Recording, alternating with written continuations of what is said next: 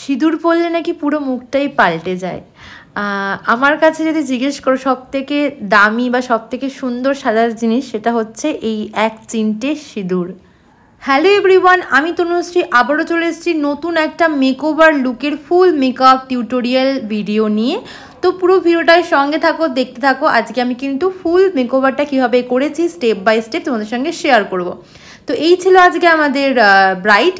তো প্রথম এই শ্যুটটা শুরু হয়েছিল সকাল 8টা থেকে, কারণ কি ফটোগ্রাফারের একটার পর কাজ ছিল, তো আমাদের সকাল সকাল শ্যুটটা কমপ্লিট করে ফুল রেডি করে ফটো ভিডিও সব কমপ্লিট করতে হতো।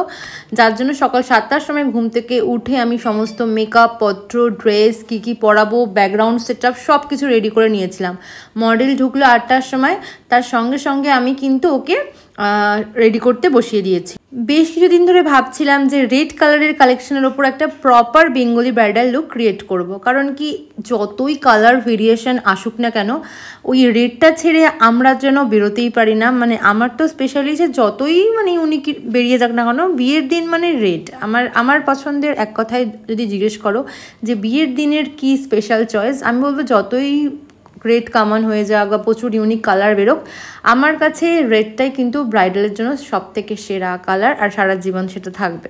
এবার হ্যাঁ, ইউনিক কি করতে পারি আমরা? ইউনিক করে সুন্দর করে ব্লাউজটাকে ডিজাইন করতে পারি, শাড়ি ডিজাইন করতে পারি, আমরা ইউনিক মেকওভার লুক ক্রিয়েট করতে পারি, দুপাট্টাটা সুন্দর করে ডিজাইন করতে পারি। হ্যাঁ, তো কমন জিনিসটাকে একটু আনকমন করে রেডি করে আমরা করতেই পারি। তো এখানে দেখতে পাচ্ছ প্রথমে কিন্তু ওর ফেসটাকে ভালো করে ক্লিন করে আমি কিন্তু মিস্ট ইউজ করে ওর কারেক্টিং করে কিন্তু ফাউন্ডেশন লাগিয়ে ব্লাশার পাউডার সব কিন্তু কমপ্লিট করে নিয়েছি স্টেপ বাই স্টেপ। আশা করি তোমরা ভিডিওটা দেখে বুঝতেই পারছো যে কীভাবে কোনটার পর কোনটা স্টেপ বাই স্টেপ করেছি।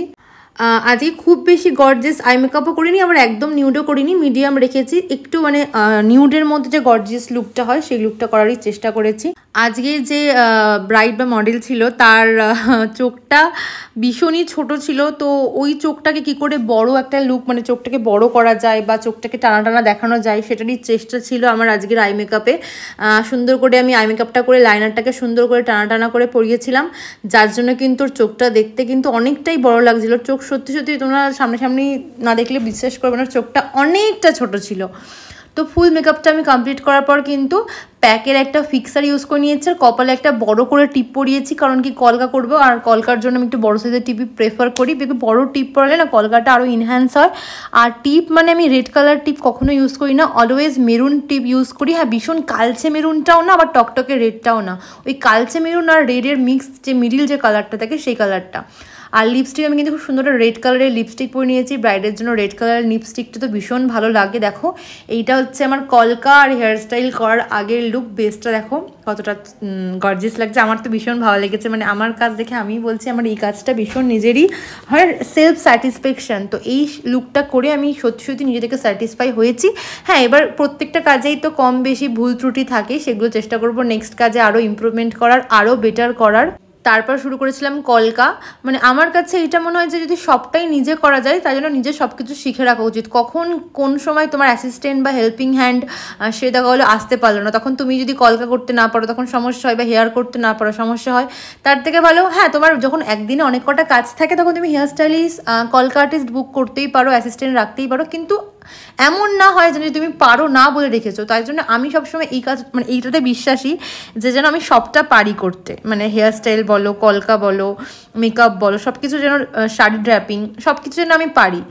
মানে যখন আমার লাগবে, যদি নাও কেউ আমাকে প্রবলেমে ফেলে দেয়, যাতে আমি সেই কাজটাকে উতরে দিয়ে বাড়ি আসতে পারি, মানে ব্রাইডকে আমি উতরে দিয়ে বাড়ি আসতে পারি, এই জিনিসটা যাতে আমার কোনো প্রবলেম ফেস করতে না হয় বলে আমি কিন্তু নিজেই কলকা, হেয়ার, শাড়ি ড্র্যাপিং, মেকআপ সবটাই নিজে করার, শেখার, বোঝার। এই ছিল আজকের ফাইনাল লুক। কেমন লাগছে লুকটা লাইক কমেন্ট শেয়ার করে জানিও। যদি তোমরা লাইক কমেন্ট করো তাহলে আমার ভালো লাগবে, আমি উৎসাহ পাবো। আর হ্যাঁ, এই ফুল ড্রেস জুয়েলারি কালেকশানটা তোমরা যারা রেন্টে নিতে চাইছো তোমাদের ফটোশ্যুটের জন্য, তারা কিন্তু রেন্টে পেয়ে যাবে আমার কাছ থেকে। আমাকে ইনবক্স করলে আমি রেন্ট চার্জ বলে দেবো। আর মেকওভারটা যদি ভালো লাগে তোমাদের স্পেশাল ডেতে আমাকে অবশ্যই বুক করতে পারো। ওকে, লাভ ইউ অল। দেখা হচ্ছে নেক্সট ভিডিওতে। ততক্ষণের জন্য সবাই ভালো থেকো, সুস্থ থেকো, নিজের খেয়াল রেখো।